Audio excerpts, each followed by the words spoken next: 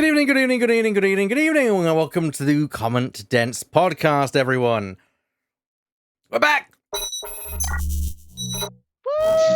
Here we are! Woo! Finally! It took us a while, but we're here now. We're here. I'm just also going to change the title because we're no longer talking about modding. We're talking about new stuff that's happening. Because it's since we were last here, it's kind of been in a whole new year. A whole new... No. Yeah, a whole new year, and it's already kind of shit. Yeah, we'll get into that. Hello everyone. You're joined, of course, by myself, Ebac. I'm joined here by Shadow on my right. Your left, my right.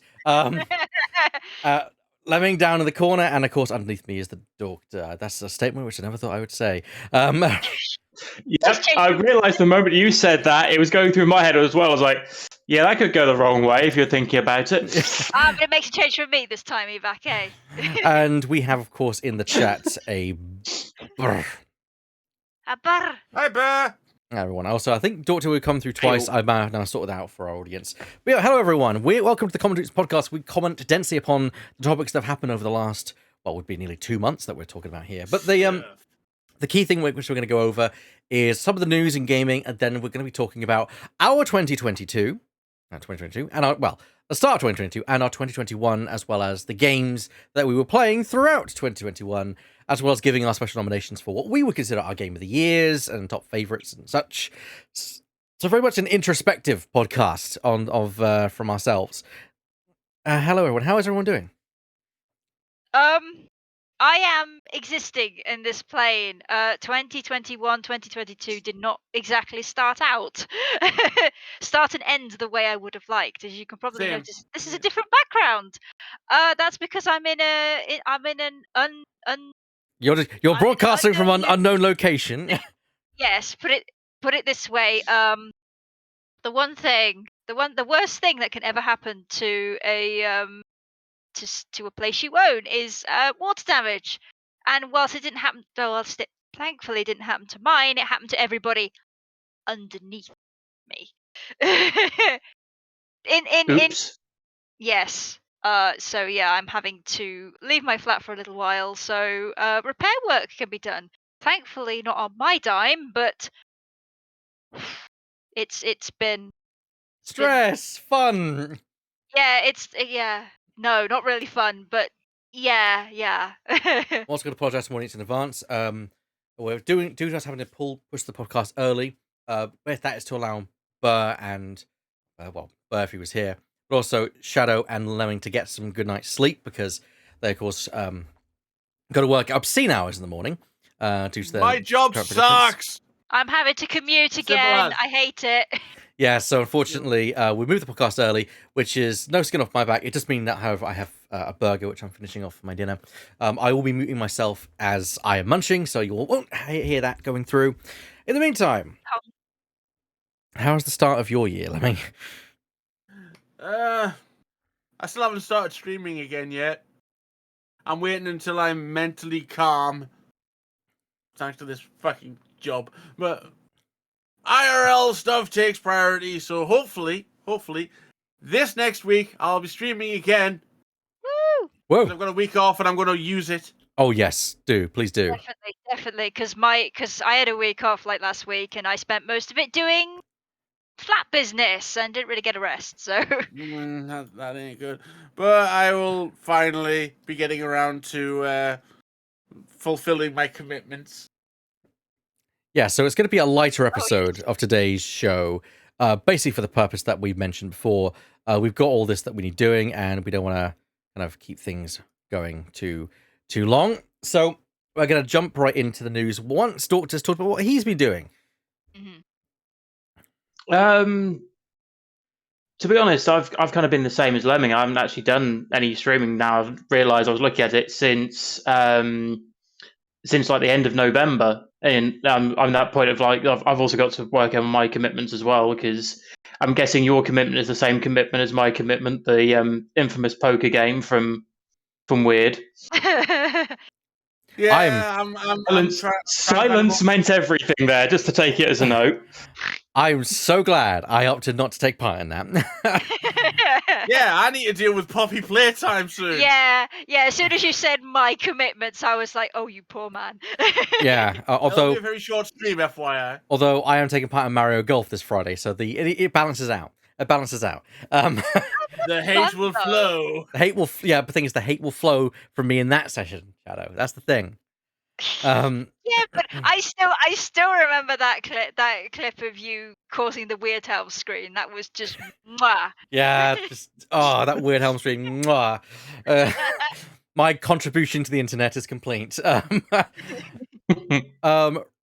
my start of the year was pretty much quiet. I mean, we had a couple of rumbles with my partner illness. I won't go into details. It's pretty private information. But gaming wise, it's been very quiet. I've got a PlayStation 5. I've been playing that a lot in my free time. Somehow I managed to get a PS5, and oh boy, is that turned out to be a controversial move, which we'll get into. Let's get on to the news topics. So, all the news we're not going to be covering everything. We're only going to be covering like key highlights that have happened over the past month that we feel like we have to kind of talk about. Otherwise, Important stuff. yeah, the important stuff. Let's start off with what I call, or what Burrs affectionately called, the NFT bullshit that's going on. Because because Nasty fucking things. because we can't have anything nice, it seems. So let's start off that Ubisoft, an article from Eurogamer mentions that Ubisoft Quartz is an energy-efficient NFT platform for AAA games. Bullshit! Beginning with NFTs and Tom Clancy's Ghost Recon Breakpoint, Ubisoft has announced Quartz, its own NFT platform for unique games in AAA items in AAA games, which it will say will run on energy-efficient technology that uses a million times less energy than a Bitcoin transaction. Who gives a Citation shit? needed, please. Exactly. Give Though us the proof. in-game cosmetic items, which with unique code visibly stamped on, this serial code cosmetics can then be kept or sold with its previous ownership history logged. I mean, we're gonna go through the whole thing. Yeah. You mean basically Steam store items? Yeah. Like Steam community items. Yeah. One Things that have been question. around for ages. Yeah. One question. What happens when they stop supporting that game? Well, the theory, and I do say this is the theory is that you can then transfer that to another game. In theory. And I do say this in theory and big quotation marks because Yeah, we but don't. I own it and I should transfer it to any What's game in I it want. for? What's in it for the devs? What's in it? You know. Why? Why should they give the slightest fuck? Exactly. That's the problem that I foresee with this. Exactly. They're not seeing this like 2 or 3 generations down, where a couple of hundred people are like, "Well, I bought this NFT item for 10 years for ago." something. Here's a receipt for an expired coupon. It's just like, It's like,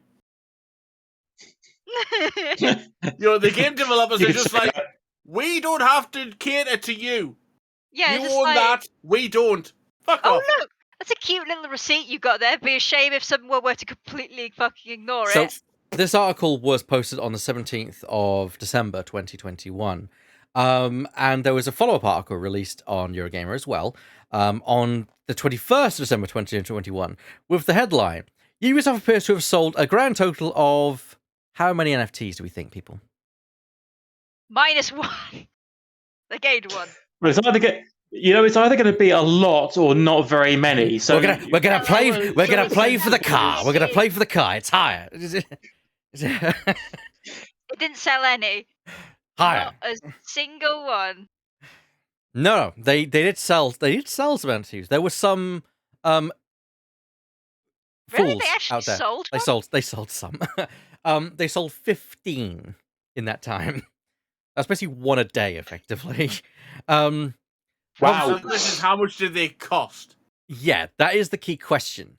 The Ubisoft appears to have sold a grand total of 15 NFTs between 2 marketplaces using obscure and rare. What the fuck are these names? Based on the rough Token mass. A and Token B. That's what they're going to be called now. Yeah. We're not going to be shilling any of these cryptocurrencies The- now. All cryptocurrencies are going to be called by a letter. Yeah. The only cryptocurrency worth talking about is Dogecoin because it's specifically designed to fail. Based on my rough math, and that is the article speaking here, that's a total of 445.959 tezos in sales, or in real money, actual money that actually exists. Exists. £1,755 and $1,755.30 based on exchange rate at the time of writing. Each? I don't know. In total. Oh, Okay. In total. I was going to say, it's just So like, it cost wait a minute, them. hang on. So it would cost them more money to set up the department than they actually made in transactions. Yeah, that's what it looks like. They didn't make a lot. They didn't make a lot. I guess That is basically a month's salary for one person there. I can tell you what they did lost. What they did lost though, everybody's respect. Everybody's respect. Especially after they doubled down, and said, our reports indicate that it's the people who don't know what's good for them. That is basically that. Now, I will go out and say that the argument that the people don't know what they want is a viable one. I've seen it without a doubt, at times. In this instance, I'm like, no, we know what we want. Yeah. Yeah. The people in this case adamantly know what they do not want, and this is it. So a day later, on November 22nd, Ed Nightingale posted and follow-up article, Ubisoft to continue with NFT development at Quartz despite criticism.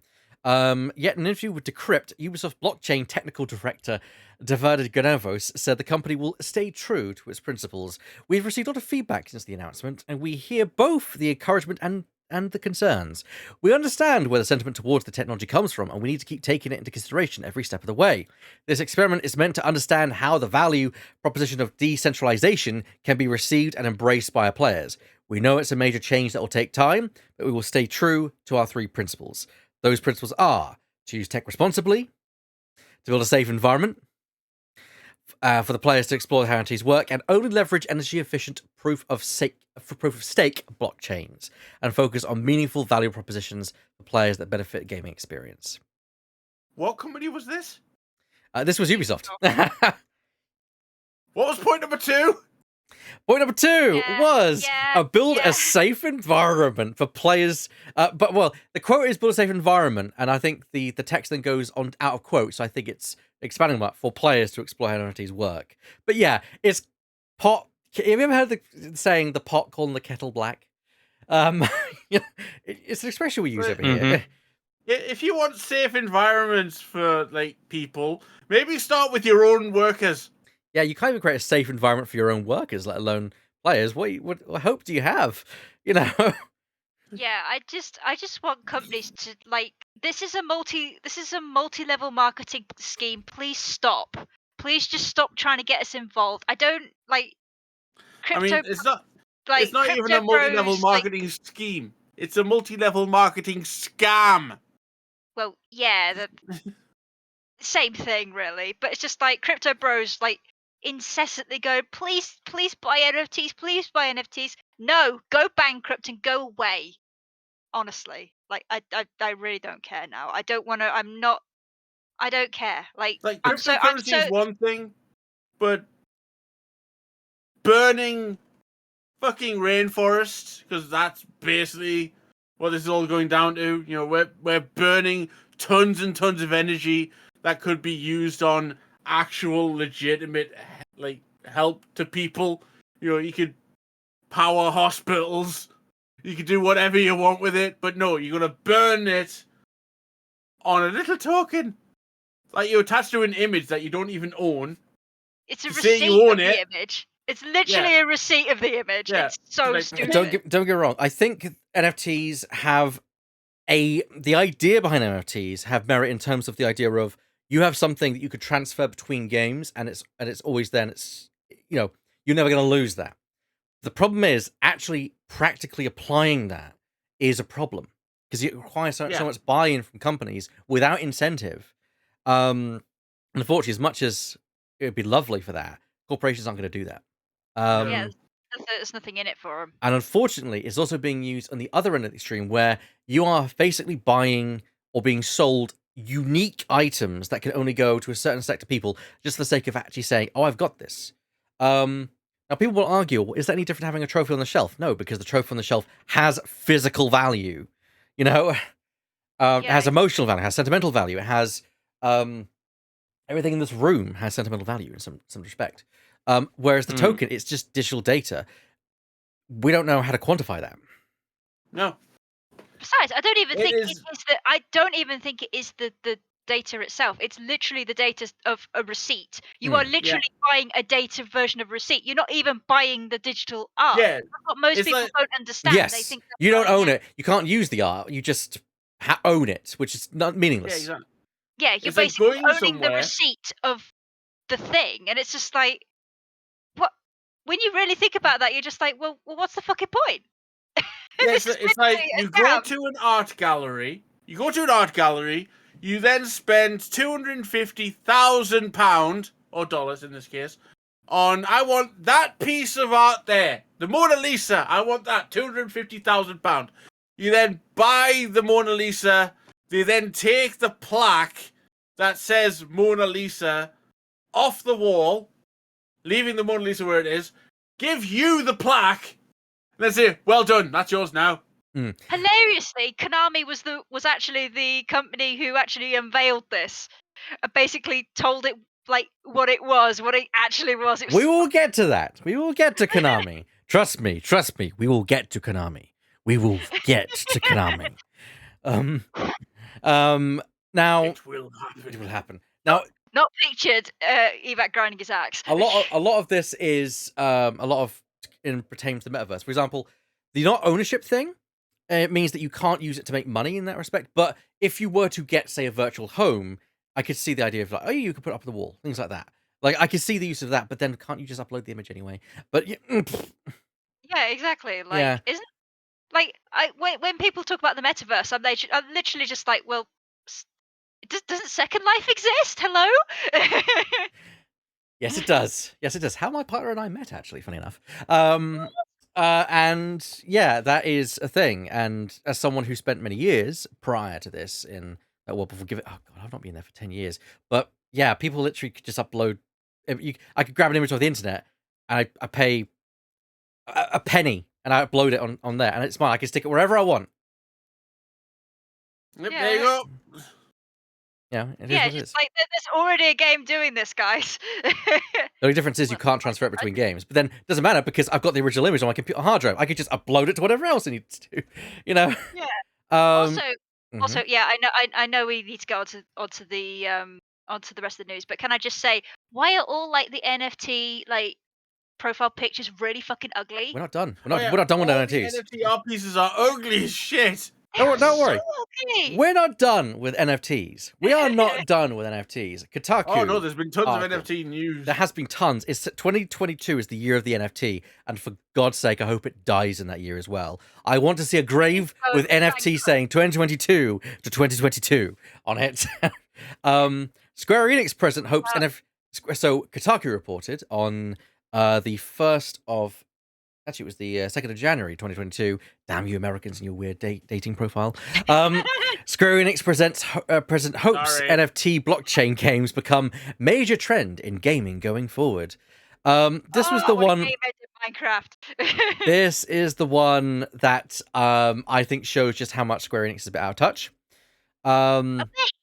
A bit, you say? I'm downplaying as much as I can. According to Matsuda, 2021 was just NFT's year one, and he expects the technology to become more commonplace among the general public moving forward. It's actually a bit hard to pass what Matsuda is trying to say, as the letter reads more like someone copying and pasting buzzwords and ideas from other places into a Word doc while trying to reach a certain word count. Damn. Buzzword. Jeez. That, for the record, that is Yosuke Matsuda, Square Enix president. I'll make with that quote. Now, he states, this next statement is the one I really want people to pay attention to. I realize that some people who play to have fun and who currently form the majority of players have voiced their reservations towards these new trends, and understandably so. However, I believe there will be a certain number of people whose motivation is to play to contribute, by which I mean to help make the game more exciting. Traditional gaming has offered no explicit incentive to this latter group of people who were motivated strictly by such inconsistent personal feelings as goodwill and volunteer spirit. This fact is not unrelated to the limitations of existing UGC, user-generated content. UGC has been brought into being solely because of individuals' desire for self-expression, and not because of any explicit incentive existed to reward them for their creative efforts. I see this as one reason there haven't been as many major game-changing content that were user-generated as one would expect. Then what the fuck is fanfiction then? And modding, you fucking fool! I would like to point out. I would like to point out that most, if not all, successful games that have had large communities, that have produced content, updated wikis, produced video content, etc. They're all being produced by people who are there to help. They're all produced by people who are passionate. They're passionate about and doing they're not stuff. asking for anything. Once you introduce money, I find that muddles the waters a lot. Because suddenly... What I'm basically saying is, my main point, however, is these games that have these thriving communities are good games to begin with. Yes. Yeah. I don't disagree with you. I think that I really also dislike this attitude, the fact that you're not giving, you're taking. When I feel like, isn't that the transactional relationship of exactly what goes on here? I pay you for GAM, I get GAM, I play GAM, I enjoy GAM. That's it. Yeah. I give you money. End of transaction. Yeah. Also, game.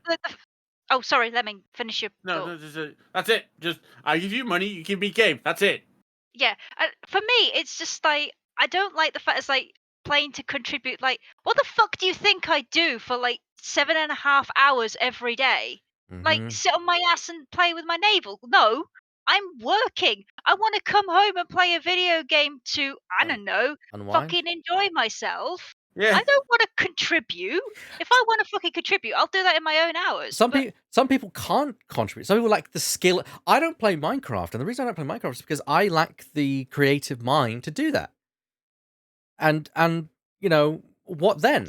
I'm going to disagree with your creative mind. Well, as the GM of creative mind in terms of visual art, less so in terms of written story and narrative. Yeah. I'm not saying I lack creativity in all areas. Just in that specific area, it's lacking, and I can't deal with that.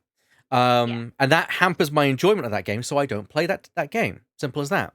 On the other hand, you may notice that I streamed on Monday, and I streamed Fallout 4.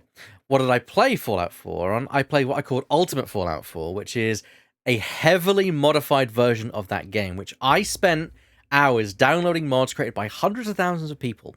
Now, those people gave their content and their time willingly because they were passionate about the game. Do they deserve something do they deserve something in return?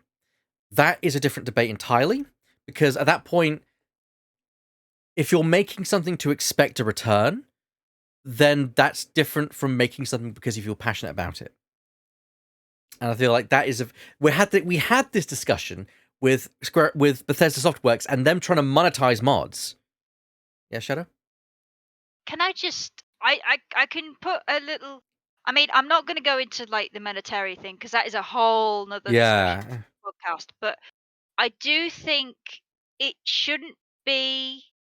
I think I can understand why you say people shouldn't do it to expect anything, and that is an all right thing to think. It's okay to do, but the thing is, if you're expecting it, you're going to be disappointed because people are not willing to provide payment for that. Well, I'm not talking about payment. I'm just saying, because I come from like fan fiction writing, I think people are allowed to expect at least engagement with their work. Yes. Sort of thing. Monetary thing is another kettle of fish. That's a deep, muddy water. Like I said, that's for another podcast entirely. But I just wanted to say, like, I don't like how some people will say like, "Oh, if you're doing this for fun, you should just do it for fun," kind of thing. I think there should be some acknowledgement that people can expect at least engagement with their work that they've done. For monetary stuff, like I said, another podcast, we'll talk about that another time, kind of thing. It's extremely complicated, but I just wanted to like say that kind of thing. I'd say my 2 cents. Kind of it's complicated. Fan works and modding is a very complicated subject. All sorts of like we could just do a whole podcast about it. Yeah, I mean, I worked for several years on a mod. I never, or what I got from it was experience in how to be involved in game design. Got me into uni, but never got anything else out of it. Although it was fun to get the engagement, I do admit that. So yeah, that was Square Enix's President's take on it, in a very bad take. The coldest take. The coldest take. And again, it's Shadow. Hmm. When you go home and you think, I want a pool.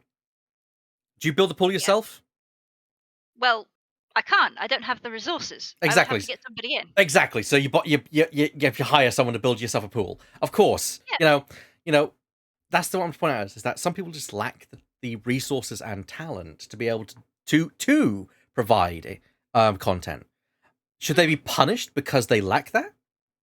No. Yeah. That's why I don't like the idea that you're starting to switch to catering to people who can contribute, which is like, it's nice if you can contribute, but it's not ideal. Yeah. Yeah. No. Let's go on. Otherwise, I'm gonna. Yeah, we're gonna get caught in the weeds. Konami sold a Castlevania NFT, aka a JPEG, for how much do we think it sold for?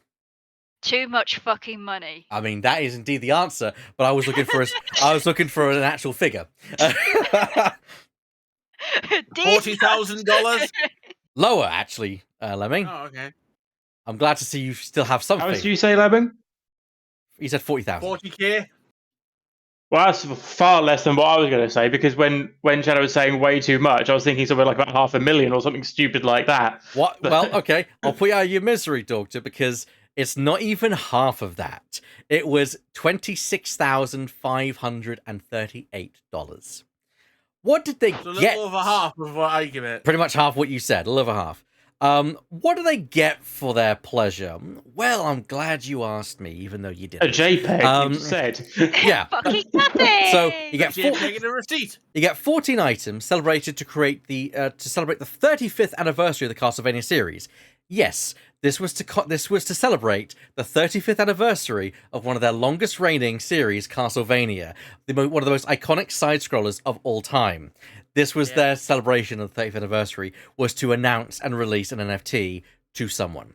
Anyway, it makes sense. the entire collection sold out around 3 a.m. on January 15th. Other items sold via the Memorial Collection include some gameplay clips from Castlevania and virtual posters. Apparently, some spent over 17,000 on one of the gameplay montages. So a montage of the games. And I love it because the Kotaku article says, unrelated, but here's a video of someone playing through all the original game. I just posted that there, which you can watch right now for free.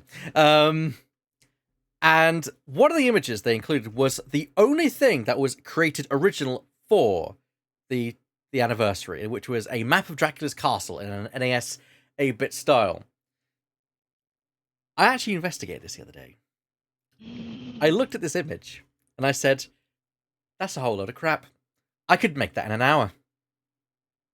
And then you did. I didn't, but I did take Shadow and Burr through the theories of how I'd make it within an hour. And I showed you the assets I could find online to put it together. Assets I could find online to make this myself.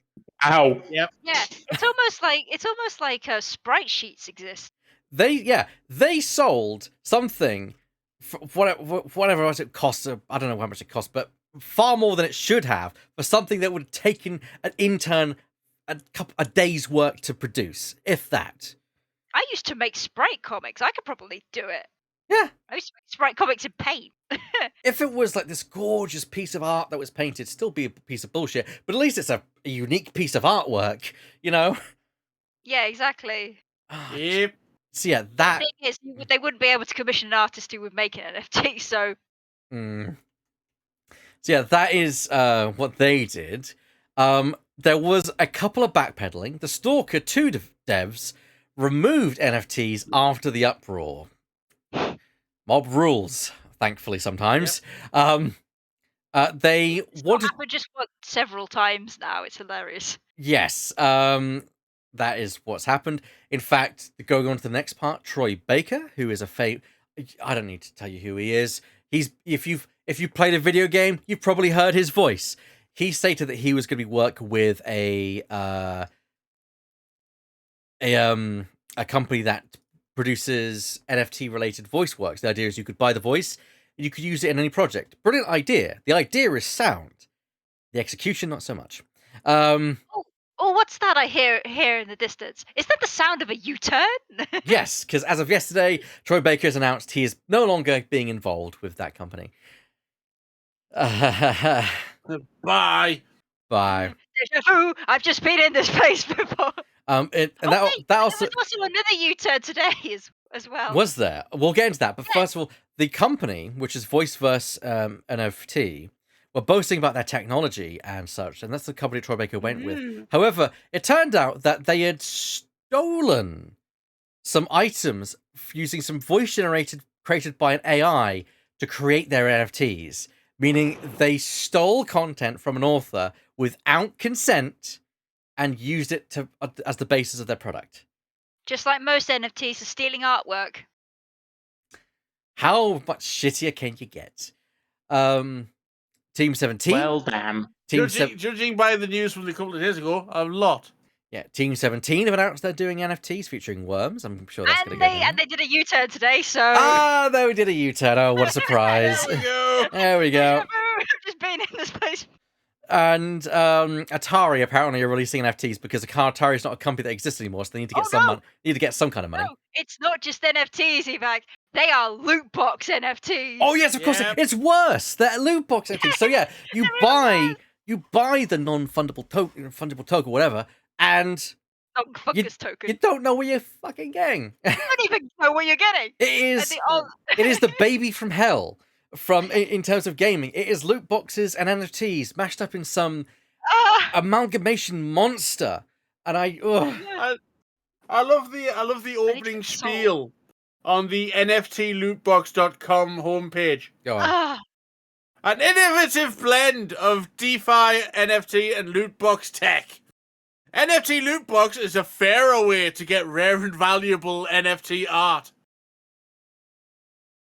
No. Never. What? I think I threw. One, I think fairer way. You're random gambling. That's worse. That's even worse. What the fuck is this? No, you. Why would you purposely make it worse? Instead of buying what Katami's trying to show me, I'll buy this thing, which I don't know what I'm getting, but I must get something, right?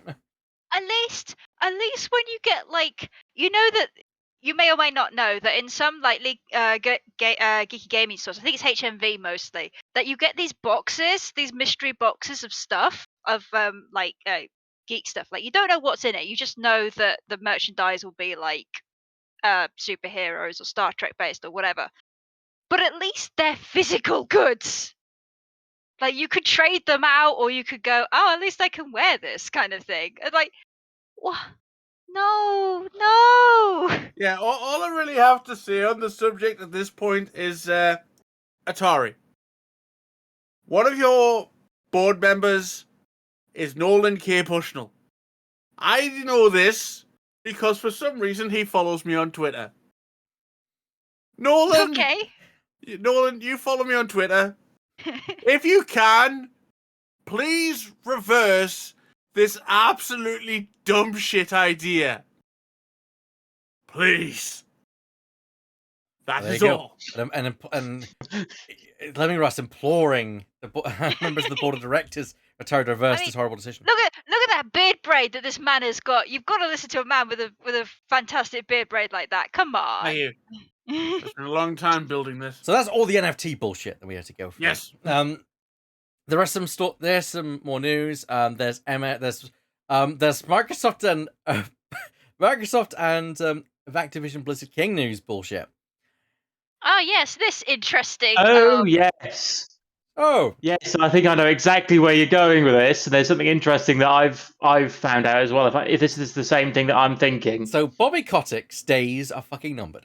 Because Yes, but he gets a golden parachute. he does get a fucking gold parachute, which I wish I could shoot with a fucking rifle at this point. He gets a golden parachute of the fact that Activision is being bought out by Microsoft. Now, there's been a lot of discussion. I've had time to gestate this in my mind over the last few weeks because I am highly concerned.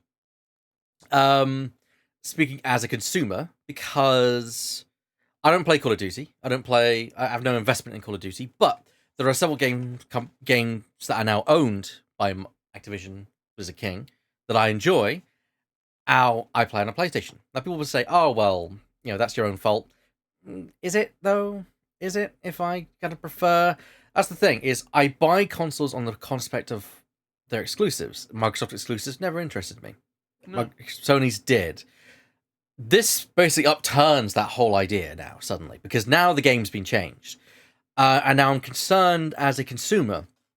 Will I get to play the next? Will I get to play? Bear in mind, I'm a PlayStation person. Will I get to play the next? Will I get to play the next Spyro the Dragon game? Will I get to play the next Crash Bandicoot game? Bear in mind, I'm a PlayStation owner. Your hand is getting increasingly tied through no fault of your own. Through fault of my own, yeah. Now, because I have legitimately opposed over the last few years Spider-Man being exclusive to PlayStation, because Spider-Man as a property was out on all consoles prior, and then only because of the whole Sony thing going on with them, the PlayStation got exclusive access. I've always declined that because I feel that once a series goes multi-platform, you can't ever close that box again, because that just is unfair to anyone on whatever console you're no longer selling on, that you can no longer play that game. And also imagine somebody coming in to a game cycle because you're getting trapped out of it. Yeah, imagine somebody like now using the same example. Let's say using Call of Duty example. I know this is where I thought you were going with this, because I've read that the next, I think, 3 games are going to definitely be fine on PlayStation for Call of Duty. But what then? From what I read on a port, exactly. But then you get onto the whole argument of some of the exclusive gameplay stuff from not the current game, the previous game was PlayStation exclusive for a year. And it's like, well, now you've just switched us back the other way because Microsoft have now bought Activision, but then one of the companies has a special exclusivity with, more exclusivity with Sony, and it's like, crazy. Timed exclusives never bothered me. In fact, if anything, timed exclusives, in my opinion, are the best way to deal with things, because I can understand what exclusives have a reason to exist. They're there to sell you a console. Yeah. But in the long run, it doesn't. If they're not going to go out and buy your console for that game, then they're not going to be interested to it. I kind of like how Sony have done it more recently, where they're starting to put a lot of their PlayStation 4 back catalog games, or well-known games, on PC. We just had Uncharted released, Uncharted 4 and Lost Legacy released. 2 great games. God of War has come to PC. Another great game. We've had Horizon Zero Dawn come to PC. Another fantastic game. I think timed exclusives are not an ideal, but a solution to the long-term problem of that. People will say, what about Nintendo? Did Nintendo get a free pass? Nintendo have always been Nintendo. Do you consider the Switch to be as powerful to play Call of Duty as the current 2 consoles are? No, in that case, it kind of invalidates itself, with all respect. It's also the fact that Nintendo kind of gets a pass because they've always just stuck in their own ecosystem. They always have had their own ecosystem. They've never even come close to going, yeah, we're going to try and compete with PC. Yes. They've never done that. They've just said, we're Nintendo, we're over here. We do our own thing. That's great. Yeah. Well, I agree with you, but in fairness, we should actually be kind of holding them to the same standard now. It is kind of shit what you're doing. But then again, I have a bone to pick with a later bit of news, so I do. I'll keep my ex to myself. It's a difficult one because I do agree with that. The problem is Nintendo are never going to listen. No, that's the thing. That's the main problem. And I'd have this is different because this is where the status quo is going from more open to more constricted. It's not like Mario was available on multiple consoles and then suddenly was just Nintendo. True. That's the thing. It's going the other way. It's going from from a multi-platinum to exclusive. Nintendo never done that, as far as I'm aware. And that is where a lot of my personal gripes of the situation comes from. Kotic still gets his golden parachute because effectively he gets to leave without any kind of recompense. The company then gets to have the joys of Microsoft get the good press of being the company that steps in to save the day. And yeah, I don't like the fact that Microsoft is buying up all these companies. It unsettles me deeply. You and I because are discussing this, weren't we? Yeah, there's something something deeply wrong about this, and I can't put my finger on it. I'm It's gonna. as I think I will unsettling. say- Yeah, I Yes, it's as unsettling as Disney buying all of the movie Mm. studios. yes, It's like Yeah. it's great now. Yeah. They have full control. yeah, That's the thing. I'll tell what Shannon and I were discussing, because you and I were discussing how Microsoft overall have been the most forward-thinking in terms of consumer rights. they've been like taking care of their back catalog, the Xbox Games Pass, everything. But And part now of us, now it's you and I starting. wonder, don't we? Yeah, now it's starting to feel like it doesn't it's never been genuine. Let's be honest, it's never ever been genuine. But it feels now a lot more sinister, a lot more insidious, kind of like, yeah, come take our hand. Can't take our Come hand. take a poor sinner's hand, Yeah. kind of thing. And now it's it's a case of, well, now we own it, so because we're being nice. We're being nice now because we see a future where we don't need to be nice. yeah, and I think Microsoft's done that in the past. Mm. Microsoft's done that in the past and like destroyed companies from it. They So did. They got worries me. the reason the PS4 was able to do so well is because they got complacent with the Xbox 360. They made all kind of changes people didn't agree with. They stood by those changes. What? Sorry. Yeah, well, Xbox 360 is the generation they had where it was successful. The Xbox One is when they introduced all the stuff in that generation which people didn't agree with. They stuck by their guns and they allowed PlayStation to take some shots with that. And that's what allowed the PlayStation 3 to very much dominate through that era. I'd also like to point out that it was one part of the Xbox One's release that is contrary to that, but also kind of like hammered home what you're talking about, in that the one time they did listen to the fans watching the releases was when they went, oh, sorry, we're not going to be digital download only, we'll put the disc tray back in. Mm-hmm. Yeah, they said it's all right. It's all right. Okay, we'll let you have back. Okay, we're sorry, we'll put it back in. And now everyone's digital download only anyway most of the time.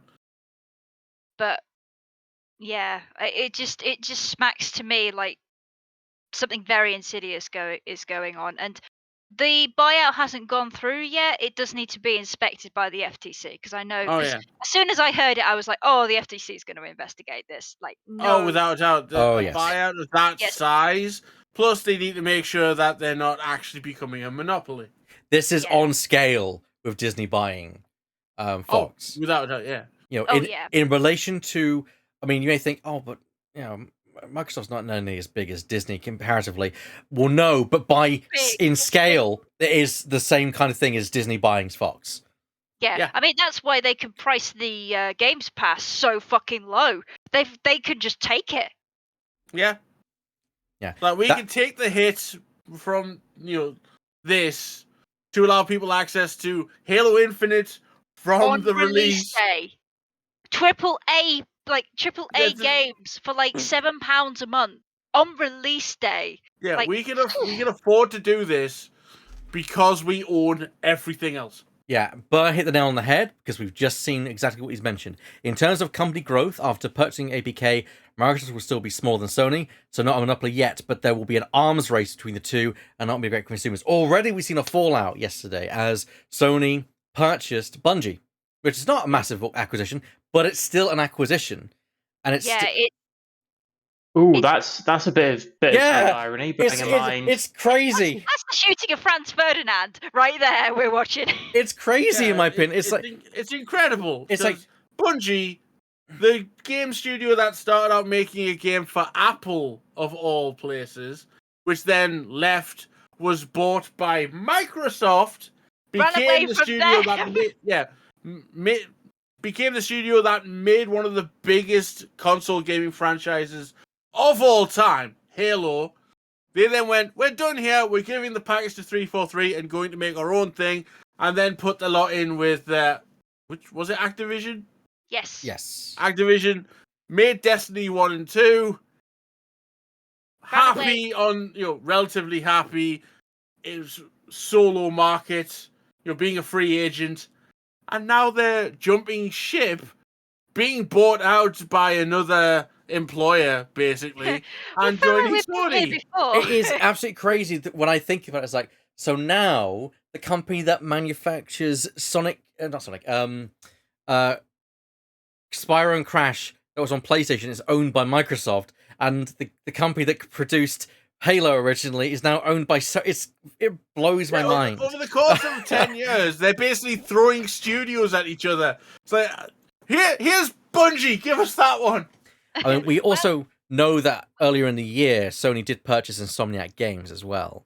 I mean, people will say, oh, but Sony been buying companies, they bought Guerrilla Games and such. Yes, they did. They bought first-party companies, but that's the thing, is they bought companies that were producing first-party content for them anyway. Then Microsoft went there and said, nah, we're taking the one that produces games for everyone and bringing them under our heel. Yeah, Sony was just like, you're already here, you're already here, you're already here. And then Microsoft just went, you, over there, boom. Yeah. Here's they some did that money, with come Bethesda. over here. And with Bethesda, yeah. Yeah, like if you permit me to make a bit of a joke, Oh. at least I didn't go to EA. Because we know what happens when people who go to EA. I'm thinking that EA might find themselves bought soon by one of the two. Especially after No, the actually don't. failure that is Buy EA. Battlefield. Yeah, please don't buy EA. As much as I'd like to see their those licenses that they have spread, I don't. If they buy EA, I'm going to get seriously fucking worried. Yeah. Really I'm worried. talking. That's the thing. I think Lemming might be onto something with them, but with Sony purchasing EA, because it means they then have the Battlefield developers on their hands. Battlefield series. Yeah. But they also need to whip that into shape because Battlefield 2042 Yeah, of course. was horrific. Yeah, I worry about those Star Wars games though. I want to see what Respawn produces. To be fair, EA no longer has exclusive license over those. They don't. Plus, also currently, Knights of the Republic remake is still PlayStation 5 exclusive. So, there is a bit of backstroking going on there, and it does make me wonder. But we don't know. There's no speculation at this point. I don't think we should speculate any further on it. All we know is that this is good for consumers in many ways, but also bad in many other ways. Because, of course, good, Game Pass, bad, might mean that if you're a PlayStation owner, that you're kind of buggered. But the thing is, when it comes to that, I legitimately don't see Microsoft pulling all these formerly PlayStation exclusive games and making them Microsoft exclusive. I see them releasing them on Microsoft consoles and hopefully PC as well. But I don't see them removing them from the PlayStation market. I think they're going to turn it timed, though. Oh, very probably, yeah. Yeah. That's just exactly what Sony's been doing to us the entire time. Well, they've only just started to do that, but it depends, because if you could get God of War on PlayStation, I'd agree with you, but you can't. God of War on Xbox, I'd agree with you, but you can't. I don't know. I've always maintained that if they make new IPs with this stuff, like, for example, I'm not upset about Bethesda's newest kind of space game, because it's a new IP. If that's a new IP made under the Microsoft, era, as it were, that's fair game. It's a new IP.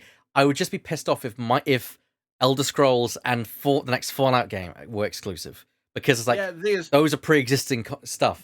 Thank you very much. The actual studios that make these games are well experienced in producing them for PlayStation, putting them on PlayStation, and I don't see Microsoft cutting off what is a massive potential player base. Yeah, true. That's a load of money just by going, oh yeah, you guys already have experience like putting stuff on that console. Yeah, put this game on that console as well. But the other way to look at it is like, yeah, but what if we want them to buy an Xbox One or an Xbox Series? We've already established that at this point Microsoft don't really care how many people buy an Xbox One because they already have the market share in PCs? Then why buy the company in the first place?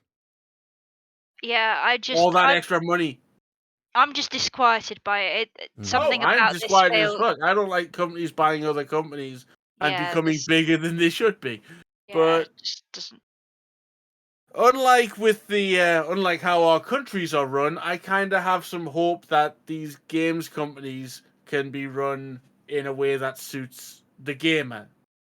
Yeah, I mean, Microsoft have been making some pretty good strides of recent, but as I said to Eback, I worry. I worry that this is not.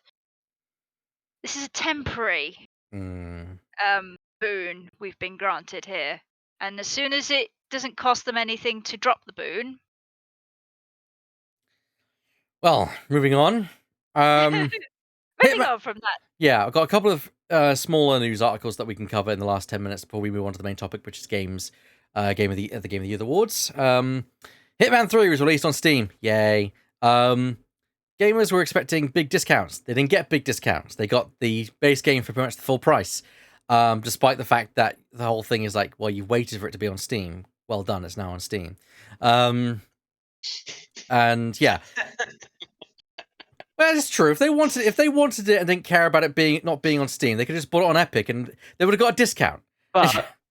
But here's the next point, though. Mm-hmm. With the amount of times that Steam have sales across the year, what's the chances that one of them is going to turn up within the next 6 months? Most likely, yes. That was a bit of backlash. And so what they've done is they basically upgrade everyone's edition. So if you're a normal edition, you get the deluxe edition. If you've got the deluxe edition, you get the season pass as well. I don't think they should have done it. I personally think they should have stuck with the guns because I think, the whole point of you waiting was to get it on Steam. We already have an issue where I just think that's a bit of a piss take for gaming in the community to think, oh, I'm buying this game the first time it's released on this platform. It's an older game, but I should get a discount because I waited. No, you're not entitled to anything. This is the point. This is the point where entitlement within the gamer community is a bad thing. Yeah. A lot of the time entitlement, isn't always bad because you can, it's like, it's about time they release these games on multiple consoles. Yay, entitlement is actually being positive. But in this case, calm your jets. Yeah, I mean, it was available on Epic Game Store. It's worth mentioning. So it wasn't that you couldn't get it on PC. You could, but it was Epic exclusive for a year. There was just an assumption made that when it would come to Steam, there'd be a massive discount on it, which it doesn't make sense to me because from a developer standpoint, you kind of, especially IO, who are an independent developer, they need the cash. They need the cash. And Yeah, it makes little sense. If it's new to your marketplace, expect it to be full price. Yeah. Tabletop Simulator, very quickly. Tabletop Simulator got review bombed quite appropriately because they were complaining. There was user Zoe, spelled XOE, has been complaining that the support complaining and supported her claims with research and proof that the global Tabletop Simulator chat, whenever she talked about her being gay or even asking about which games currently held LGBTQ+ friendly, she would be kicked out for breaking community rules and got response from the devs, and that the global chat was for searching for games, not discussing sexuality, fetishes, or politics. But it turned out wherever she was on global chat talking about cis, straight, sexuality, or politic topics, she was just left to her own devices. Moderators tried to defend themselves, saying that in their experience, the non-cisgest community discussions usually make the homophobes and transphobes climb out of the woodwork and start shitstorms that try and nip in the bud, but they weren't convincing, and eventually the chat was disabled until a solution was found. The news started a review war on stream where people would bomb TTS with negative scores, usually accompanied by homophobic and transphobic comment, and in retaliation, other people would bomb users with positive score, comment, support the trans rights, and the need for change in TTS. I think Burr got it the other way around. Yeah, like the negative scores were for for the trans rights, and the positive scores were the transphobes come crawling out of the woodwork. Yeah, Tabletop Simulator, to be fair, what they were doing is they were going about it all wrong. I think they've since disabled the global chat feature entirely and just we're never going to turn it back on. Yeah, I think from what I've read that they seem to be making the right kind of noises about, yeah, we fucked up. We're gonna do some proper training and get some more mods in to really do something. And then I think they were going to give to a trans charity, if I remember correctly. They did, yes. They would. Yeah. They were going to donate to a transgender charity, which is good. It's good that they're making the right noises. It's just shitty that it happened in the first place. Yeah. The problem. I think the main problem here is like, the it's basically the hypocrisy. Like, I'm is. sorry, guys. Like, you can't like the straights are not the default here. Yeah, I mean that's the thing. People say, well, why were they asking for LGBT-friendly games? But perhaps because they want to. Because they want to. People want to experience games that have people that are like them in it as well. You know, they don't want to just see number white male, number 39 or whatever it is as a character. They want to make sure they've got some representation, which is absolutely fair. Yeah, nothing wrong with that. Yeah. Eurogamer. TT Games finally announced a release date for Lego Star Wars: The Skywalker Saga. Woo! Hooray! Oh no, we Fucking found kids. out that we've been hurting our workers in the process. Fuck. Unfortunately, yes, the entire development process has been pressured into crunch throughout the time. Those crunch hours often also unpaid or reimbursed as time off. All that insistence of managing to stick to the old and much hated proprietary game engine caused the delays in Skywalker Saga development and many developers leaving. In recent months, conditions, payment, and benefits have been reported to improve, and I still hope that TT Games will not revert to the old ways. Yeah, I mean, Why can't we have nice things? yeah, the game was seriously delayed, and I imagine there might have been pressure on to get it out as soon as possible, but there's nothing, no excuses, crunch. Yeah, It's just what it is. Is surely gaming must be the only time where crunch is a thing, because there are deadlines in movie industries and such. I never hear about crunch in that. no. Crunch occurs in all industries. All technological Yeah. industries have the crunch. the only reason we don't hear about crunch when it comes to the cinema industry is because it's all like There are more the actual filming and stuff Is finished months before the film is even due for release. Yeah. All the it's filming yeah.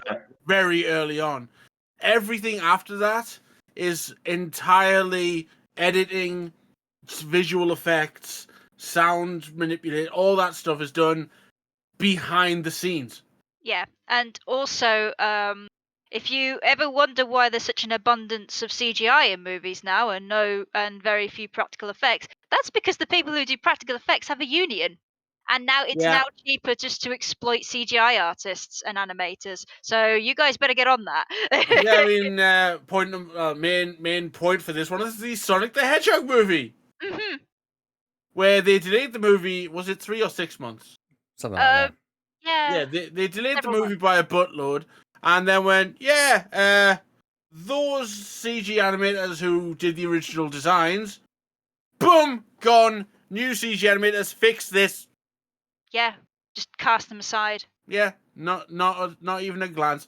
And do we have any clue who either of those parties of CG animators were? The game industry these days is massively internal. We have news about everything inside of studios, inside of the actual, boards within the Yeah, game and even development then it's process still a itself. bit obfuscated. Exactly. But what do we have in the cinema industry? The only piece of news the cinema industry has had in the past 3 months internally has been that an actor shot a cameraman By accident. by accident. That's it. Yeah. That's because somebody's dead. That's what it takes for the behind the scenes of cinema to be in the news. Yeah, it's not great. But isn't that just because that pop culture is just hidden and obfuscated? Exactly, yeah, it's two different it's different cultures. But gaming culture is a lot more open about like talking about what happens behind the scenes. Yeah, well, I guess a lot of people just tend to whistleblow anonymously exactly. now, because how else are you gonna get you? Exactly. People at this point are so sick of being treated the way they are. They will tell anybody under an anonymous, under the flag of anonymity, that this shit is happening in this country, the company that I work for. The final thing I want to mention is Kotaku. Nintendo DMC copyright strike to YouTube Music. Nintendo is once again throwing its weight around because it thinks it can. Yeah, there's been an update to the story as well. Go on. Well, first, let's go over the other. Basically, they've issued 1,300 copyright strikes against Gila Sana, a YouTube channel that uploads video game soundtracks and doesn't even monetize those videos, just lets people listen to them. Of course, Nintendo's not for anything of their own. They just don't want anyone to do anything with Nintendo property. Not fans, certainly not Nintendo. As one of our podcast co-hosts wrote at the Comments channel, that is why we can't have nice things. Yeah, there's been another 2,200 it's either 22, it's either 220 or 200 or 2,200 more strikes have struck that channel, to the point that they've literally just said we're going to shut the channel down. Because now, if he was monetizing it, I'd fully understand it because they're making money off Nintendo's property, but they're not even monetizing it. Yeah, and the one thing, the thing that really gets under my the reason why I put it in the Condensed channel was basically like, Nintendo does not give an opportunity for us to buy this shit or listen to it anywhere else. Like, one thing that really got under my skin, and I'm going to go off on one now. No, please go off. Because soon after the Diamond and Pearl remakes came out, Nintendo basically said, like, oh, we've released the soundtracks so you can listen and download them. Problem. You had to be in Japan to do that. You had to have a Japan IP address in order to do this. So you couldn't. So if you were anywhere else in the world, you were square on a low, buddy, and you couldn't buy them anyway. So after a period of time, they just disappeared again. And it's just like, look, no, I agree with you. It really bothers me because like there's loads of soundtracks that I would happily pay money for. Like literally, I was gonna pay money for some of the soundtracks of It Takes Two because I fucking love some of those tracks. And you know what? I could go onto Amazon Music, like put in like It Takes Two like original soundtrack, and it'll go, oh yeah, here's the album. Which do you want to pay for the whole album, or do you just want certain songs? And they're just there for like really cheap prices, and it's just yeah. like, I mean, you know me. I have a collection of video game music. I've bought several, loads of music. Sometimes they come with deluxe editions. And I just rip them off the CD, put them on there. I've bought Jake Kaufman's entire soundtrack of the Shovel Knight series. Yeah, and you've got a ton of Star Wars stuff. Oh God, you don't get me started. I've got the entire soundtrack for Star Wars on there. But yeah, I hate it when companies are like, no, you can't have this thing, and we're not going to give you an opportunity to give us money for it. yeah, it's so frustrating. It just annoys me so much because I will pay money for it. I have, like, I've literally bought like soundtracks of the SimCity 3000, SimCity 3000. Well, no, the Age of Empires one I actually downloaded, but I'm going to be very crass at this point. I'm probably going to burn my bridge at this point for any kind of relationship with Nintendo. Nintendo, I have the Diamond and Pearl soundtrack on my computer. What the fuck you going to do about it? Yeah.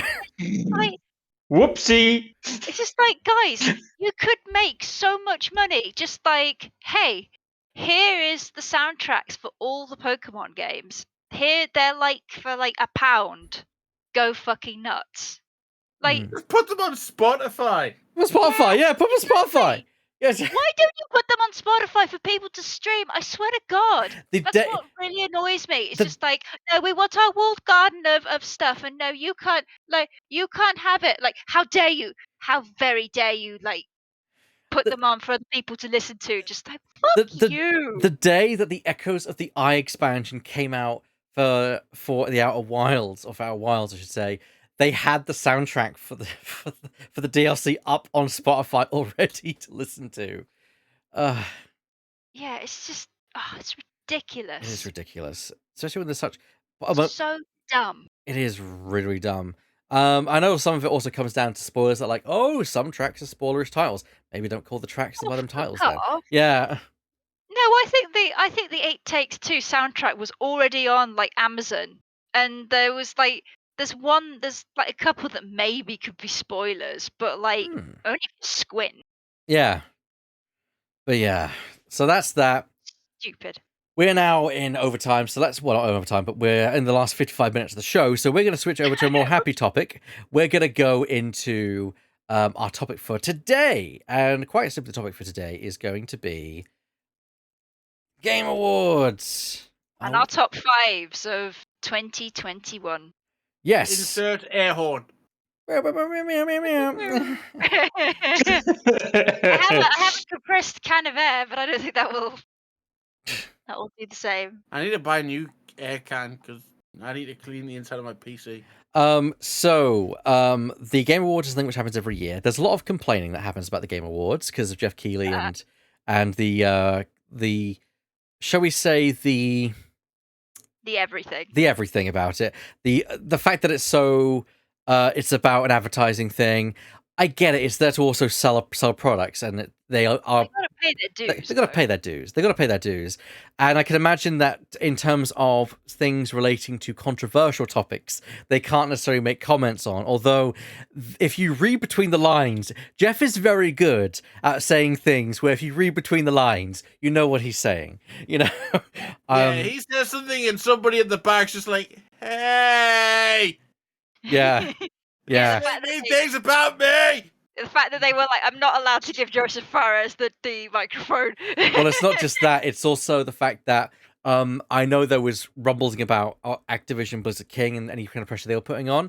And at the start of the Game Awards, he opened by saying that, you know, something like along the lines of, our goal is to make sure that people can create their games in a safe and composed environment. I'm like, he's not directly calling out Activision Blizzard, but if you read between the lines, he's basically calling them out. He's doing a massively good job of being diplomatic, and I think people again need to give him more credit for that. But let's get on to the actual thing which matters, the awards themselves. So we're gonna kind of rapid fire go through these.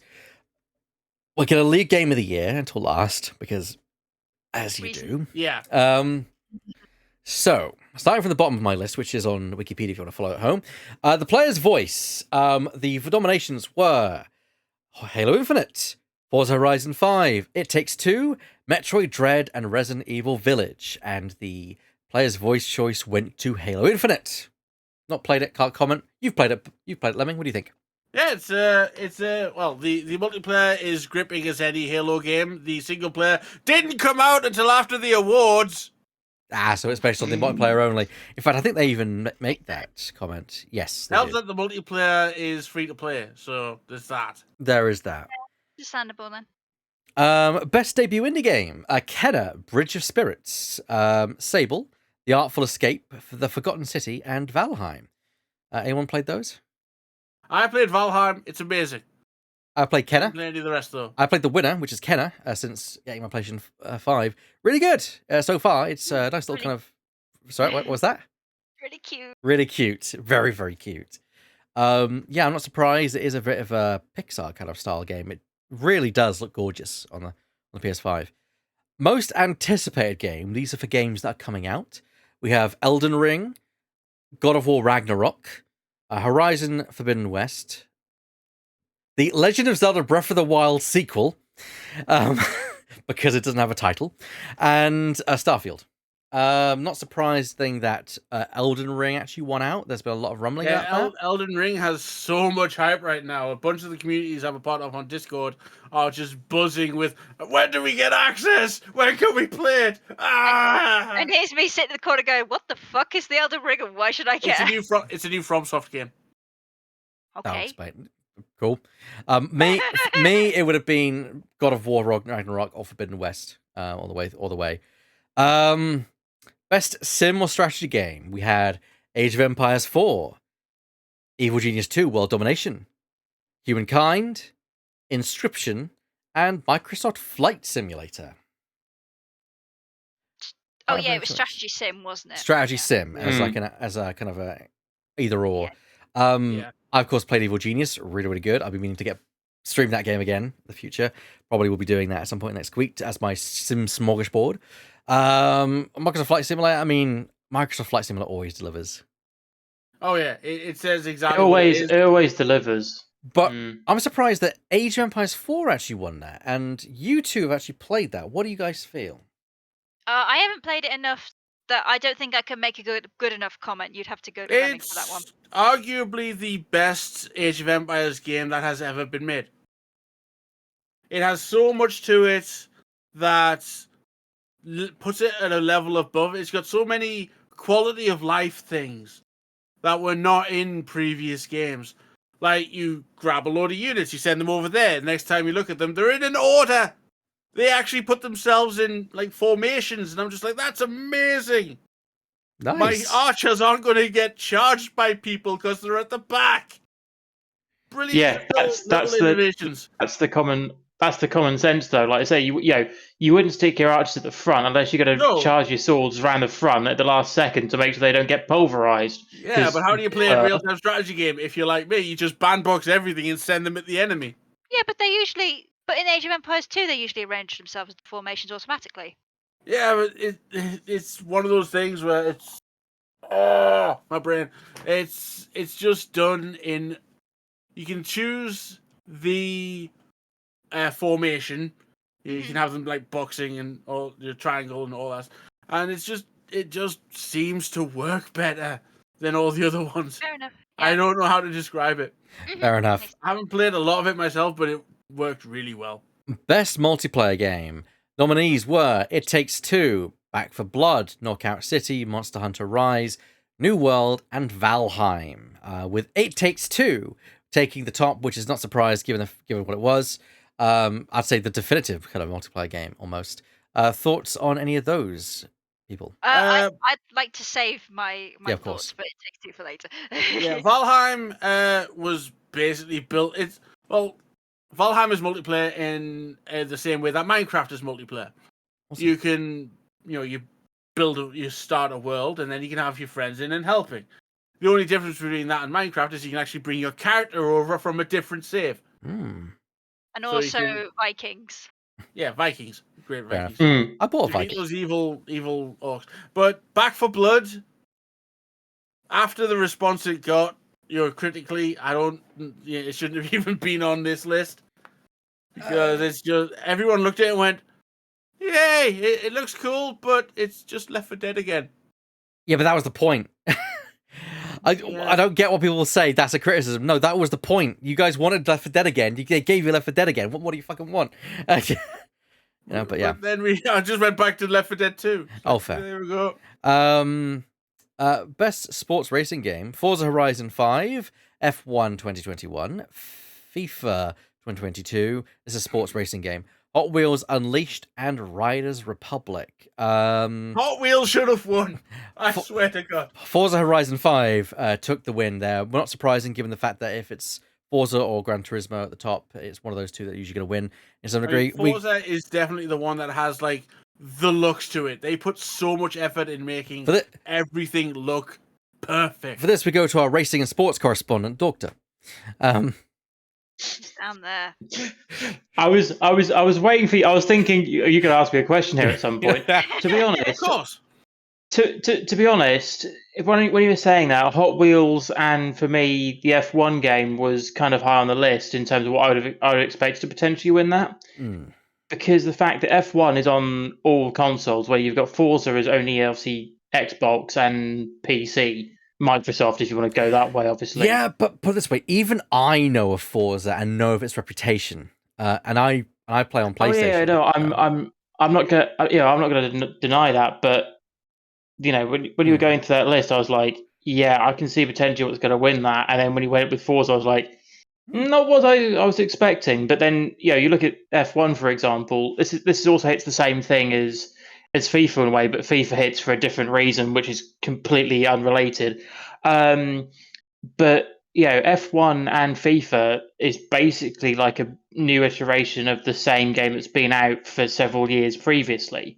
Like they do some innovative stuff year on year, but fundamentally it's the same game, just updated, maybe potentially a little bit graphically with a little bit extra gameplay put on the side.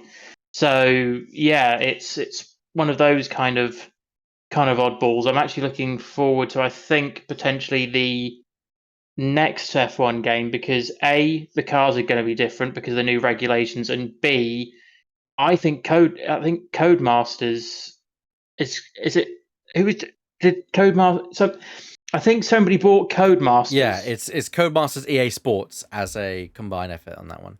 Oh, no. Yeah, and somebody bought one way or the other, and it's kind of like this year was too late for them to get a hand on it. And I think obviously the whole thing is it's whether they're going to take the full ownership over the top of it in next year, because obviously if EA get it, there's going to be like loot systems and paying for a lot of stuff on the side because that's EA's kind of shtick.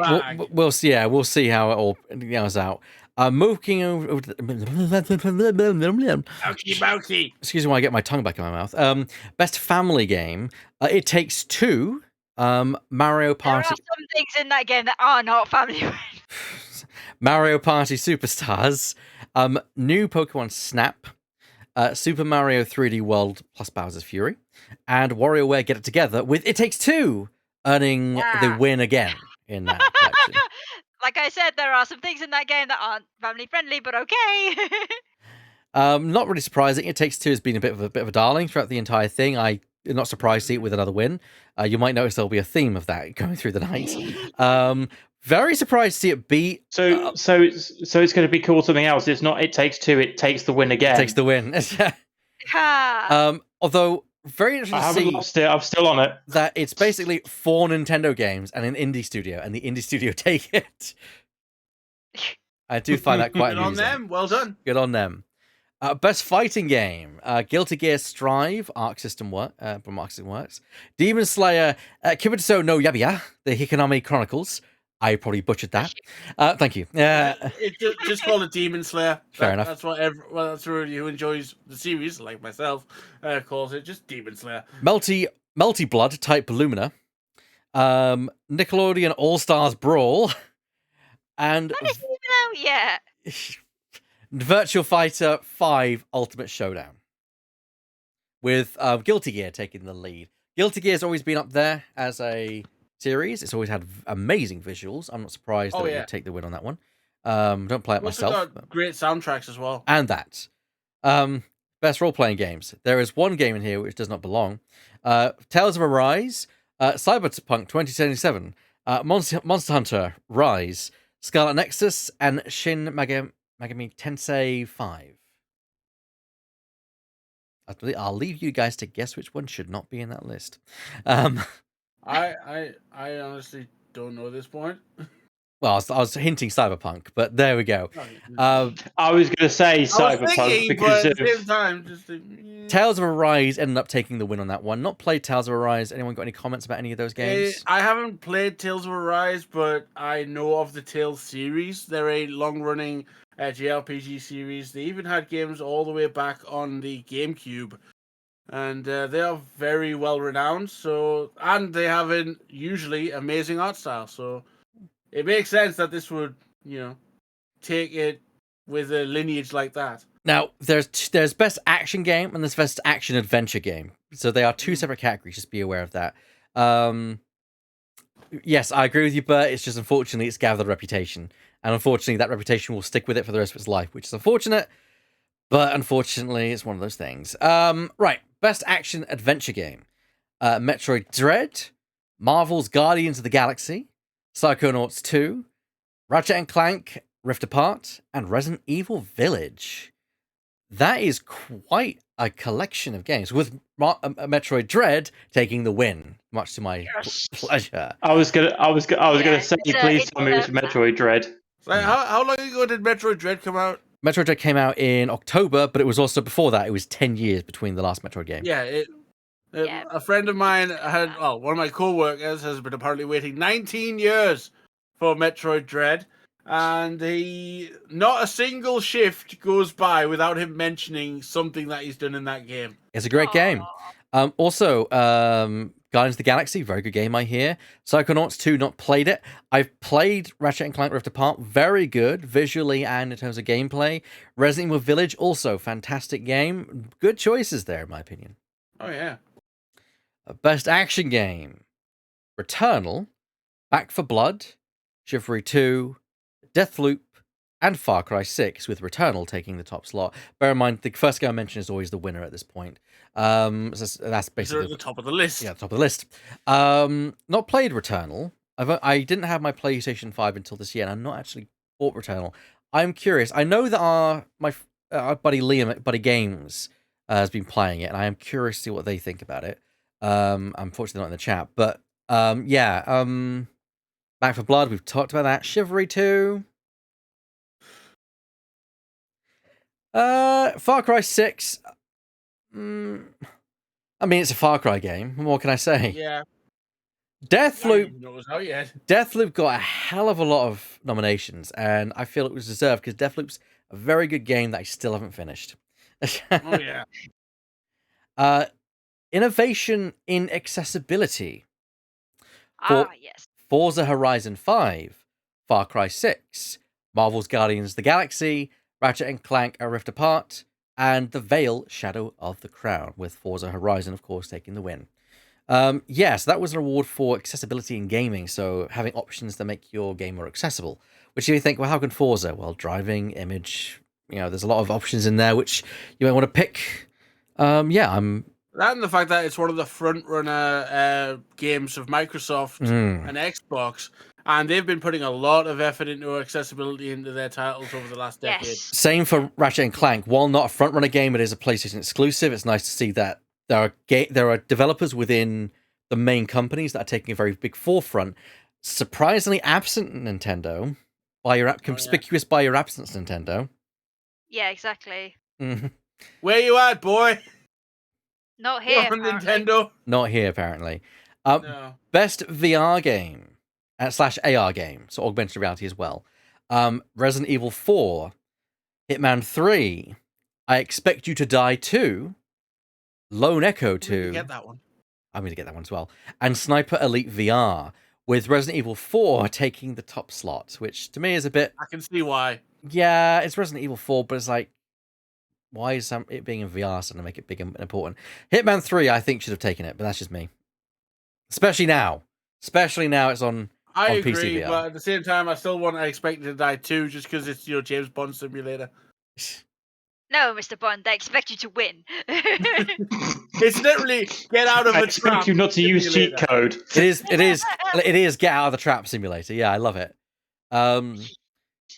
Best Community Support Award. Final Fantasy 14, Apex Legends, Destiny 2, Fortnite, and No Man's Sky, with Final Fantasy 14 taking the prize.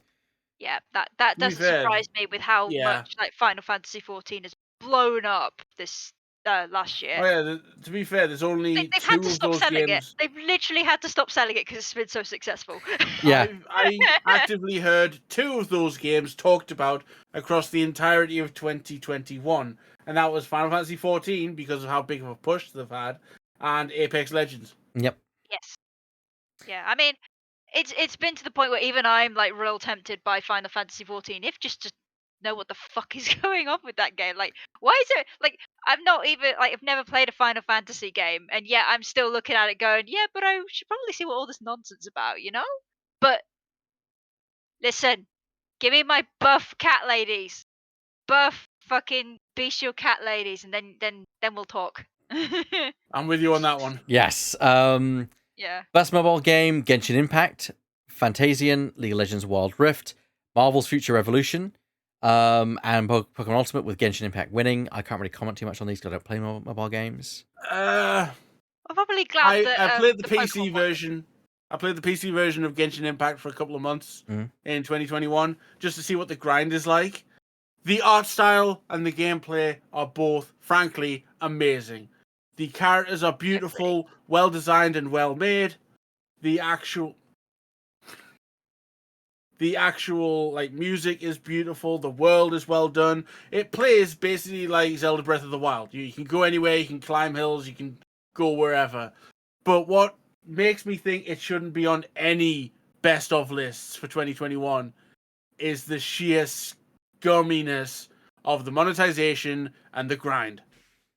Fair. Because once you hit a certain level, you should basically every time you log on, you should be able to get something. You know, you should be able to grind enough in a couple of hours to get a drop. Because it's a gacha game. It's a random like get a box. It has a thing in it. You know, it might be a weapon, might be a new character. Brilliant. You know, you can add it to your party and level them up. But once you hit a certain point, unless you're putting money in, more money, you're not getting a drop every day. Mm. And it feels awful. Yeah, Pokemon Unite's a little like that as well. I was about to say, what do you have to say about Pokemon Unite? Yeah, I haven't heard the best of No. noises from it. I mean, I think the gameplay is all right. It's just I've heard a lot of noises about them being a little unfair. It's just like, I mean, I haven't looked much into it. Isn't it just like a It's- Pokemon themed? yeah, it's MOBA? a Pokemon themed MOBA, but there are cosmetics and stuff that Yeah. require. Does how it works. Yes. Let's move on. I'm going to start blowing through some of these topics. I'm basically going to mention the topic and the winner and move on. But some of them we are going to deep dive, which is Best Independent Games. Kenna, Bridge of Spirits winning again with 12 Minutes, Death's Door, Inscription, and Loop Hero as the nominees. I don't think there's anything which we can say really about that other than Kenna good. Best ongoing game, Final Fantasy XIV again with a win over Apex Legends, Call of Duty Warzone, Fortnite, and Genshin Impact for the best ongoing game. Makes sense. Makes sense. Games for Impact. Never know what this thing is, but I'll announce it. Life is Strange: True Colors, Before Your Eyes, Boyfriend Dungeon, Chicory: A Colorful Tale, and No Longer Home. With Life is Strange: True Colors taking the win. Best performance, we'll go into that's this one. And I'll go in random order just to make sure that we keep the winner a secret. So we've got Erica Mori as Alex Chen in A Life is Strange. Getting Claro Espirito as Anton Callisto from Far Cry 6. Jason E. Kelly as Colt Vaughn from Deathloop. And Oziama Akaga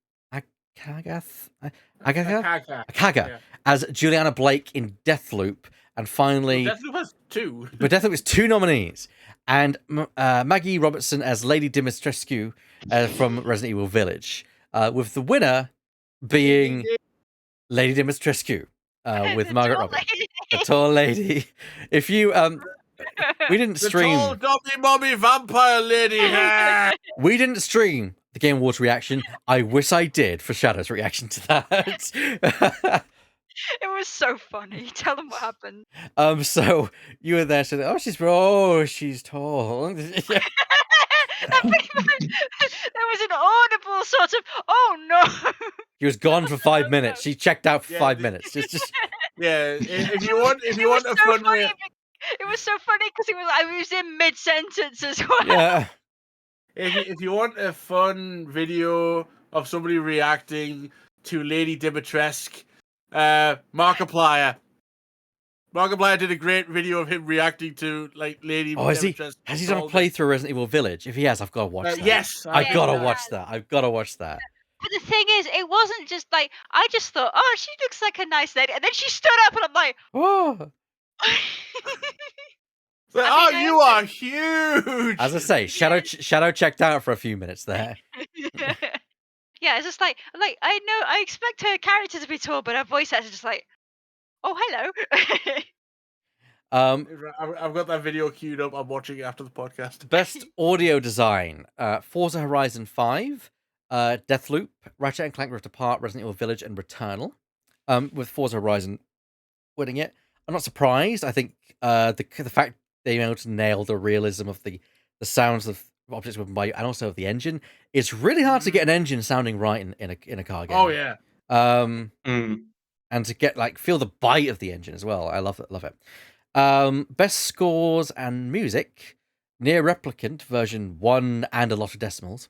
Cyberpunk 2077, Deathloop, Marvel's Guardians of the Galaxy, and The Artful Escape with Near Replicant version 1 and a lot of decimals. Taking it. I do say a lot of decimals because it's 1.22474487139. Keiichi Okabe, who wrote the soundtrack, is somewhat legendary in the game soundtrack, well, Japanese game soundtrack world. He's done a boatload of soundtracks. Final four awards. Yeah. Best art direction. And we're going to do this as a little kind of test to see if you guys can see who won. If you guys are not looking at the list. Oh, God. Best art direction. Uh-oh. We've got the Artful Escape, Ratchet and Clank Rift Apart, Psychonauts 2, Kenna Bridge of Spirits, and Deathloop. Was it?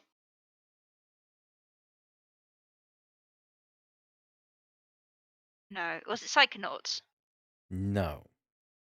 Oh, so it's got to be Kenna then. No, it was not Kenna. You fell twice. It was actually Deathloop that took the award, which I can kind of see. I would have been wrong because I had Ratchet and Clank through my head. I was please tell me it's that. It's got a very we have three of the wrong answers. It's got a very unique kind of 70s aesthetic, which is really interesting. Which is, I think, is what very unusual. You don't often get that. Yeah. I get that. Yeah. So yeah, I like that. Best narrative was the shocker for me. So we've got Psychonauts 2, Life is Strange 2 Colors, It Takes Two, Deathloop, and Marvel's Guardians of the Galaxy. I think it was Marvel. Wasn't it the Guardians of the Galaxy? Because that took me off guard as well. You got it, Shadow. It is indeed Marvel's Guardians of the Galaxy, which after the disaster that was Marvel Avengers, Marvel Guardians of the Galaxy was actually pretty good, apparently. So I remember that happening and go, what? Yeah, I was sitting here going, that thing had a story. Yeah. Yeah, exactly. I need to actually play that. Best game direction. You may notice that there's a familiarity between these last few ones. It Takes Two, Psychonauts 2, Ratchet and Clank Rift Apart, Returnal, and Deathloop. Was it Deathloop? Correct again. Best game direction was indeed Deathloop. I think because I think it got a lot of brownie points for its loop mechanic. Because of course that's the name of the game. So yes, it was indeed Deathloop. And finally, Game of the Year, which I'm going to say Shadow cannot pronounce because she already knows the answer. It is between Deathloop, Metroid Dread, Psychonauts 2, Ratchet and Clank Rift Apart, Resident Evil Village, and It Takes Two. I mean, what's been the darling of this awards, I suppose? Which small, unexpected, co-op-focused multiplayer game has been the darling? Now, didn't you? Might as well say it. It was indeed It Takes Two, Lemming. That win Game of the Year in what is an amazing move. And boy, I'm pretty sure they wanted to make sure Joseph Fares did not get his hands on that microphone. They did give him the microphone in the end, but I think they were watching him. They were like, as soon as he says anything else, you take it from him. They had someone with a big red button ready to cut him off.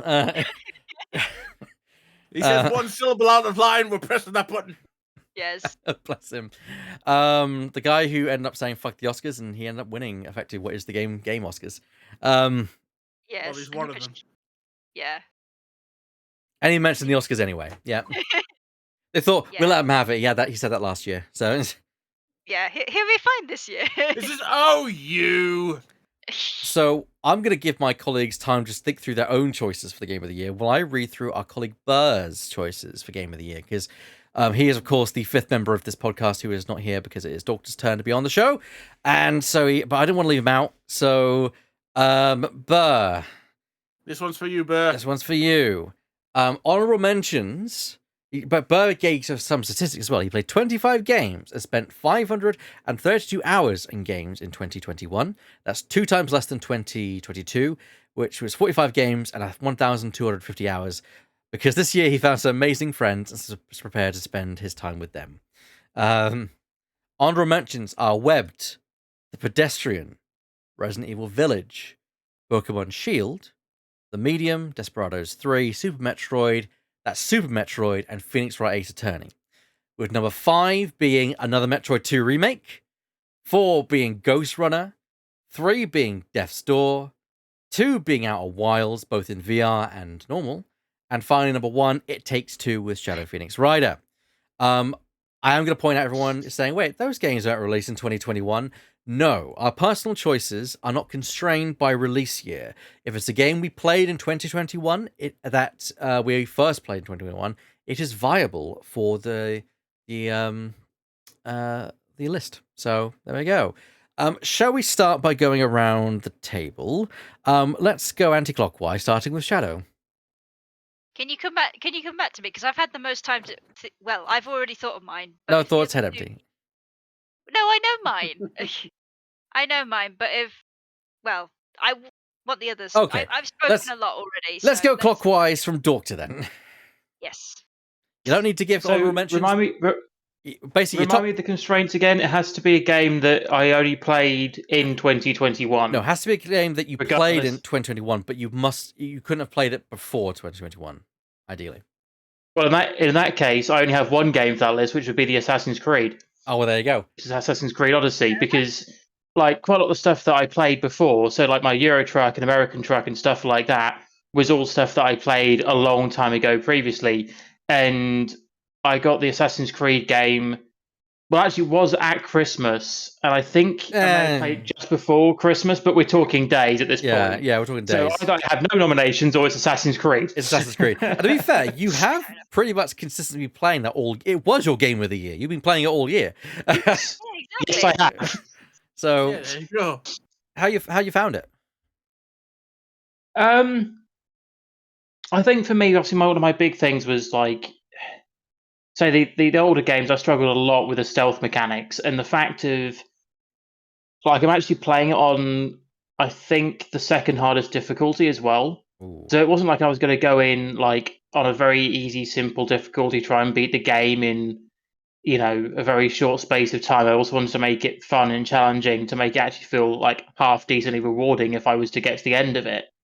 I found it was tricky at times, but I found it tricky at times because of my overconfidence more than anything else. It's like, oh yeah, you go into combat and go, oh, that was perfectly fine. I dealt with like 5 or 6 enemies. You go into then another combat and somehow draw about 30 and you go, bugger. Yeah, that's going to get me killed. So it's more of overconfidence rather than, potential lack of ability. I went through one point where I literally rechanged my whole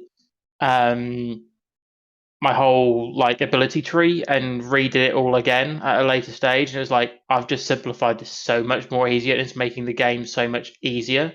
It's like, you feel like you want to get all these different abilities because you have to then unlock something else, but when you've unlocked everything, you can go, well, I can focus this tree down to going, I want this, I want that, I want that, I want to focus in this. And it's like it got so much easier towards the end. It was that grind to start off with as well. It was just the trying to get to that point where you go into a level feeling sort of like you're not walking in there too over level and not going in there too under level. It's that trying to find that perfect balance point at times. But no, it's been an absolute blast. I spent, according to the game file, about 100 or so hours in that game, and it's like, I've still got some of the DLC left to do, and it's like, that's going to be a good 150 hours by the time I've finished that in its full entirety, at least. Sounds to me like you've had fun. I haven't stopped. That's the point.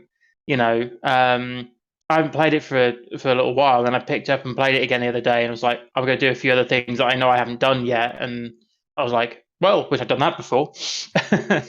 All right, then. Let's move it along to Lemming. What do you have for us? I'm going to go into detail on my actual game of the year, but I have a nice little list here. My honorable mention is the game that I started playing a number of years ago and haven't stopped, Escape from Tarkov. I'm nearly 5,000 hours into that game. Technically breaks the rules, but it's honorable mention. But yeah. That's what I'm saying. Honorable mention. Essentially, he was playing it before the podcast, so... Exactly, yeah. So, my top 5, number 5, Aliens Fireteam Elite. It's a fun game, especially with friends, but it's not really, a great game. It's just good and fun with friends. Number 4, Necromunda Hired Gun. A Doom-esque first-person shooter set in the Warhammer 40k universe. Anybody who knows my online name gets why that's a big thing for me. Number 3, Age of Empires 4. Because, I got it on Game Pass and it was really fun, and I really need to play some more of it. Number 2, MechWarrior 5 finally came out. I was wondering when you were going through your list, I was like, where are you going to stick that in your list? Yep, MechWarrior 5. It's a lot of fun. You can have friends playing as your other pilots, and it's like full co-op smash things with giant robots. Brilliant. And number 1, Subnautica Below Zero. Oh. Which came out last year on consoles, but has also been out in early access before then. But all the Subnautica games are just completely atmospheric. And I've Below played Zero a adds tiny new idea. bit of the first one. I've not played much of it. Well, in the first one, you're trapped on an ocean world Yeah. for the most part. I'm guessing this is And like an once ice world. Yeah, exactly. It's an ice world. There's a large section of it where you're not in the water, you're above water, exploring things and trying not to get eaten by, basically bears. As you do. And trying not to freeze to death. But it's the thing that really accentuates this one is, unlike the first Subnautica, there is actually a physical being for you to meet and interact with and talk to.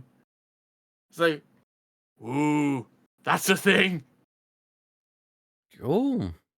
It's like, whoa, you're not completely isolated this time. Yeah, I remember that being a big thing about. Oh, yeah, because quite early in Below Zero, you basically hear Morse code saying SOS at you under the water, and you're like, I'll go see what that is, as far as low as my little submarine can go. And what is it? And then it's just like, oh, it's a giant alien storage device. You go, bip, bip, bip. Okay, you need a new storage device because this one's losing power. I've got my data pad here. And then it's just like, no, that storage device isn't adequate. And then it downloads itself into your brain. Oh, hell. Oh. And that's the start of the game. That's basically the start of the game. Fun. Wow. Literally living rent free in your head. Yeah. Exactly. Right. Moving on. Then let's go on to Shadow. Don't you want to say what yours are? No, I'll save myself for last. Oh, okay, fine. I didn't actually play that many other games actually.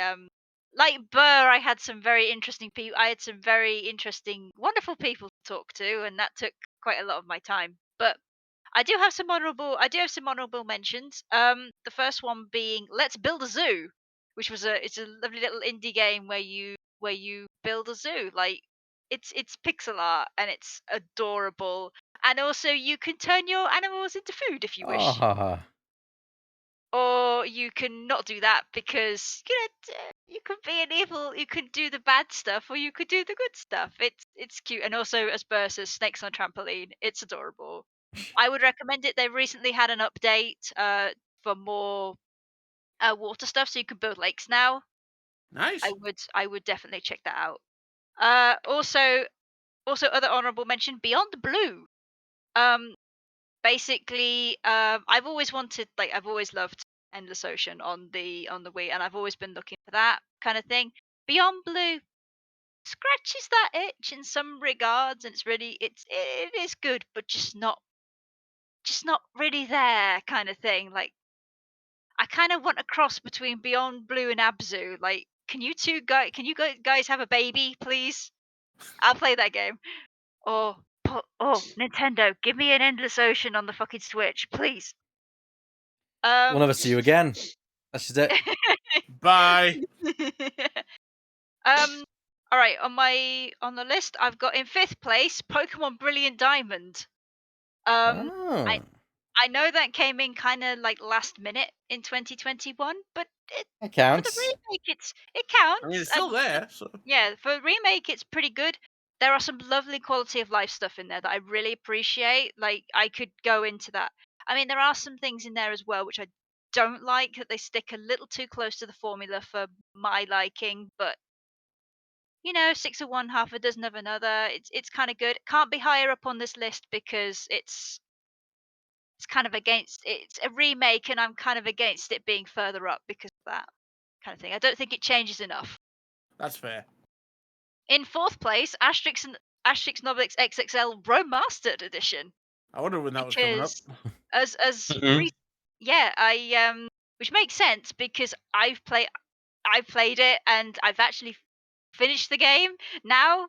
That I actually have streams of me finishing the game, and the last boss fight was not as hard as it was because I didn't do the dumb I didn't do the dumb thing that I did when I was a little girl. So that was good. Like, I've always loved that game. It's part of my childhood. So to play it again, remastered, was really good. And you might think, well, hang on a minute, Shadow. You just said you put a remake like lower down and it wouldn't go higher up. Yes, but the thing is, the remastered version looks fucking gorgeous, and they haven't changed like too much. It's basically just the right balance in my Plus, it's Shadow's list.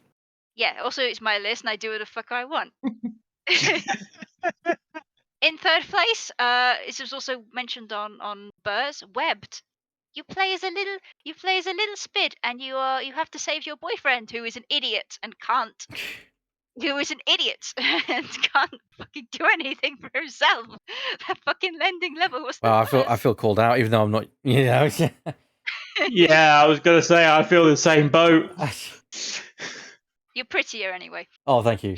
Yeah. So you are a little spider, and you do spidery things. It's adorable. There's even an arachnophobic mode if you are scared of spiders, but you still want to play the game. So you just turn into this adorable little ball of fluff, and it is top notch. Now that's clever.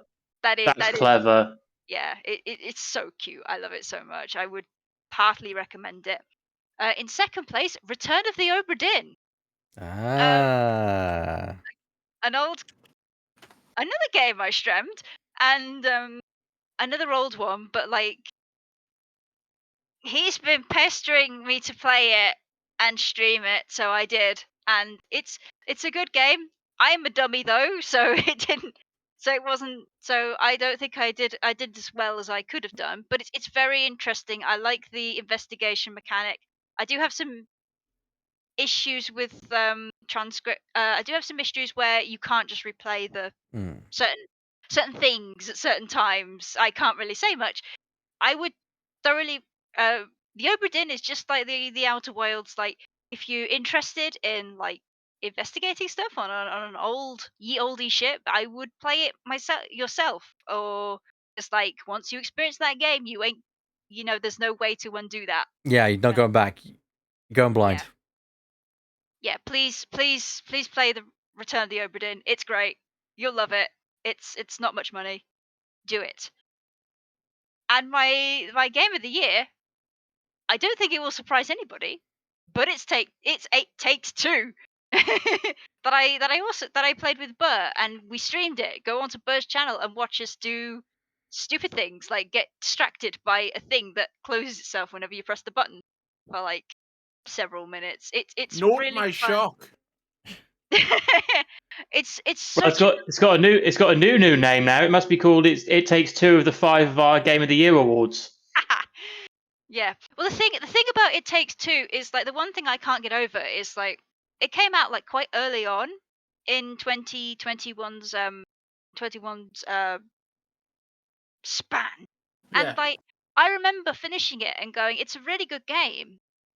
I mean, I remember saying, I think I put on a Tumblr post somewhere, like, I wouldn't call it Game of the Year, but other games are gonna have to work really hard to top it. And none of them that I played actually did. That was what It's a shocked sweet me. irony from that tweet.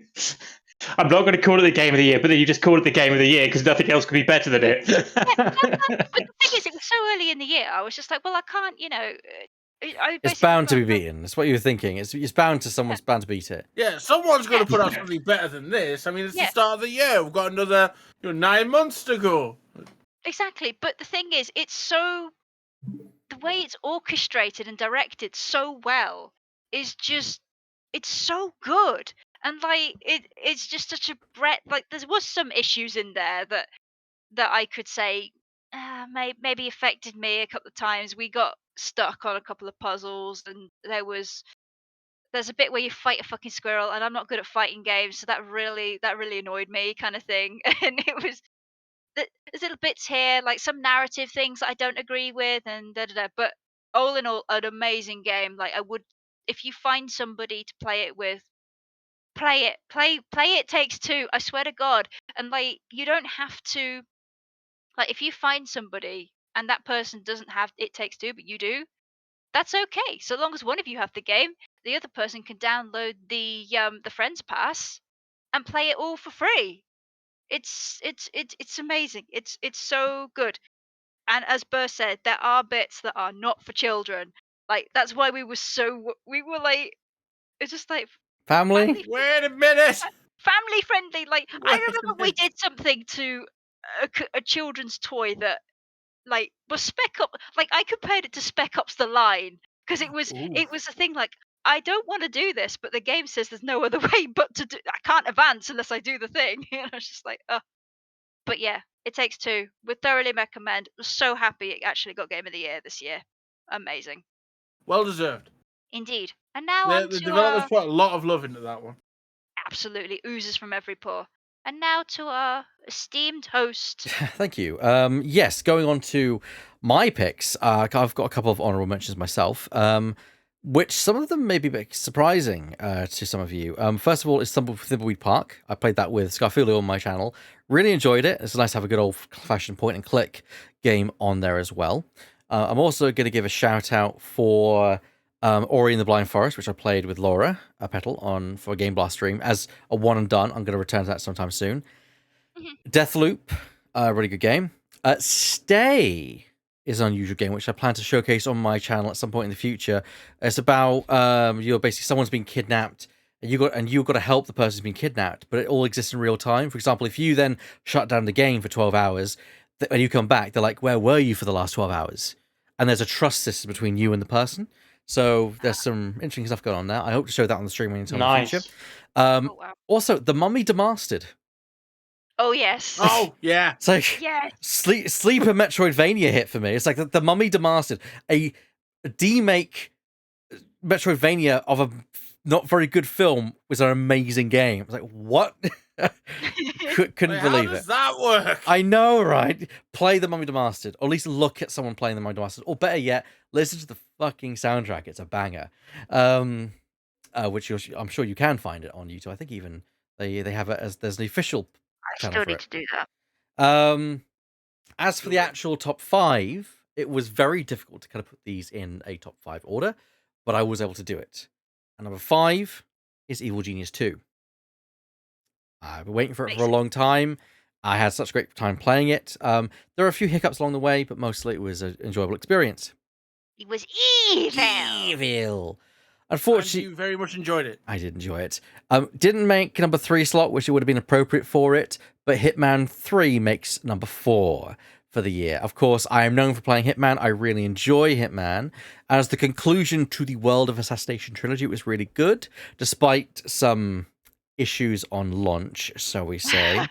I really enjoyed playing that, and it's been my bread and butter game that I've returned to multiple times throughout the year. If you check my past VODs, every so often I return to an elusive target. It's always a fun time. Number 3, Metroid Dread. Because yeah, not number 2. Number Oh yeah, I'm surprised 3. it's not higher up. Number 3 is Metroid Dread. I mean, Super Metroid got me into the genre a year ago, and I really enjoyed playing Metroid Dread. It was a big evolution. I do feel like there's some issues I have with the final boss that pull it back, in my opinion, but I really enjoyed the game in general. Number 2, Castlevania Symphony of the Night. Hey. It's the definitive. It is the Metroidvania game. It is the game that puts the Vania in Metroidvania, in my opinion. It is the definitive Metroidvania game. Yeah, it's got some absolutely gorgeous sprite work. Gorgeous sprite work, still holds up nearly 20 years later as a game. Soundtrack is absolutely phenomenal. Its gameplay never gets old. It's challenging yet fair. I'd say it was a surprise to me that I could return. I did it so easily. I thought it was going to be like a really difficult game to get through, and it was difficult at times, but I got through it, and I was like, this is a really fun and rewarding game. So much so that it made me get the Castlevania Advance Collection and more, and expanded my interest into Castlevania beyond just that. But yeah, amazing game, Castlevania Symphony of the Night. That, for record, people say, what? And I didn't hear that last year. That's because that game came out in 1998, and I only just played it. It's an old PlayStation 1 game, which you can actually get on PlayStation 4 and 5 right now as part of the Requiem collection, and I highly advise you do. You won't regret that choice. You will regret playing Castlevania Rondo of Blood, but that's a different thing entirely. And in the number 1 slot, what else could it be but The Outer Wilds? Now, The Outer Wilds, looking past some of my issues with the DLC, which I still have to this day, it was an experience that I literally started playing this at the end of 2021. Like David with his Odyssey, I'm counting it because literally it was, I think, like Boxing Day is when I first started playing it, and I played it all the way in through January because I was so enamored by it. I binged it. You had streams back to back to back. I remember that. Yeah, I basically said we're finishing it this week, and we're doing back to back streams on it, and I enjoyed it so much. The mystery about that, it's one of the unfortunate things I can't tell you about it because it's a fantastic game about discovery, voyage, and the enjoyment out of pure discovery and the putting things together in ways that make sense to you and coming up with the story, not being hand-holded through it, but by being like gently nudged in the direction of like, oh, go over there, just go over there and just have a look around. Yeah, to speak about it is to spoil it. Yeah, honestly, go play Outer Wilds. Not the Outer World, it is Outer Wilds. And get the Echoes of the Eye DLC. Just bear in mind, the Echoes of the Eye DLC deals with the fear of exploration as opposed to the joy of exploration. So, just go in with that. I'm not a particular big fan of horror, even though I do play Resident Evil because I have a gun. I can shoot things in the face if I need to. And I got through it in the end. What was that? Bang, and the problem's gone. Bang, and the problem is gone. That's my bar for horror games, for the record, Doctor. That's my bar. Can I shoot it in the face? Fine, I'm good with it. Also, chat, if you want my opinion, get the soundtrack as well, if you're going to pick up the Outer Wilds. Get the soundtrack. Both the soundtrack and the Echoes of the Eye soundtrack. Yeah, you I was going to say, isn't that also... Because you will be humming the main theme after a while. I was going to say, isn't that also the game, EBAC, that you promoted to other people to play as well? Yes. After playing it yourself? I've got Weird to play it. I've gotten Scarf to start playing it. I got Burr to start playing it. And Laura Petal has threatened that she will jump on the train as well if we raise money for Game Blast, which I want to point out, end of the month, Game Blast. The last Friday, Saturday, and Sunday of the month, 26th, 27th, 28th. I'll be raising money for Game Blast as part of Team Weird Blast. We'll raise money for a good cause. We're shooting for £5,000 if we can. Ideally £2,500, but £5,000 is the ultimate goal if we can get there. And there are multiple rewards. There are multiple rewards. I've promised to do multiple things, including Hitman VR playthrough, a Star Wars Super Spectacular stream where I stream as many Star Wars games as I can, and within the next few months or year or whatever, and go from there. Yeah, it's going to be a fun time, so be sure to check that out and book it. I was going to quickly put a thing in the chat here. It's going to be a blast. Hey! Hey! And with that, I think we can call the show done. Yay! Yeah, I need to go to bed. Yeah, they need to go to bed. Also, we're going to shove you over to Buddy Games because they're playing Returnal, and we were literally discussing earlier how I'd love to get their opinions on Returnal. So I think that makes it quite appropriate. So let's all jump in the raid cannon together and say hello to our friends over at Buddy Games. Raid cannon. Oh no, It's an M16. it's an M16. It's close though. Get in the raid cannon or else. This is not an M16. It looked like an M16 from a side on. It's an M4. Cannon. Close. It's an M4 squared. While they're showing off your weapons, I'm going to wish you a good night, everyone. I've been E-Back, joined here, of course, by Shadow Phoenix Rider, Lemming, and Doctor. We'll see you next month. We'll be joined by Burr. The topic we'll be discussing in the future will be, well, we'll discuss that at a later time. Hopefully we'll... Shouldn't it be later this month? Later this... Well, yeah, We'll see you next time. We'll see you next time. See you next time. See ya.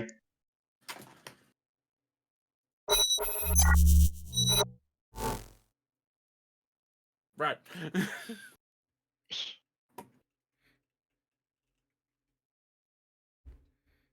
Unmute the tab.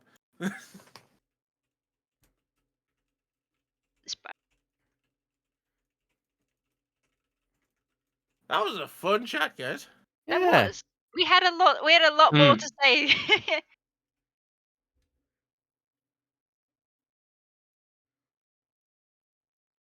We are E-Bax Raiders. Yes. What's funny about that?